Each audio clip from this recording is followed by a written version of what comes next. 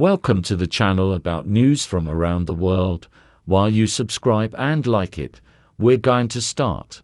In this video, we will discuss an interesting and important statement made by the Prime Minister of Australia, Anthony Albanese, during his speech at the Security Summit in Singapore.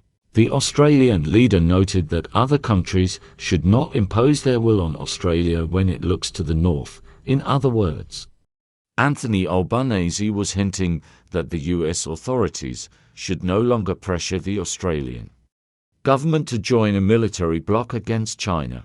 He also stated that if any country feels the most powerful and can ignore the norms of international law, it begins to threaten the security and stability of the entire region. Therefore, a war for Taiwan could turn into a catastrophe for all parties involved in the conflict.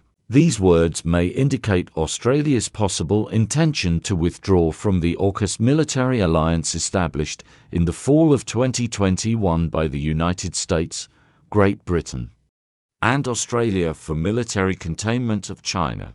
It is worth noting that the Australian Prime Minister previously announced constitutional reforms and a referendum on renouncing recognition of the British monarch as the head of state.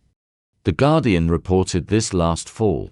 After this announcement, the Chinese government lifted the embargo on the supply of Australian coal to China and increased the export of Australian liquefied natural gas.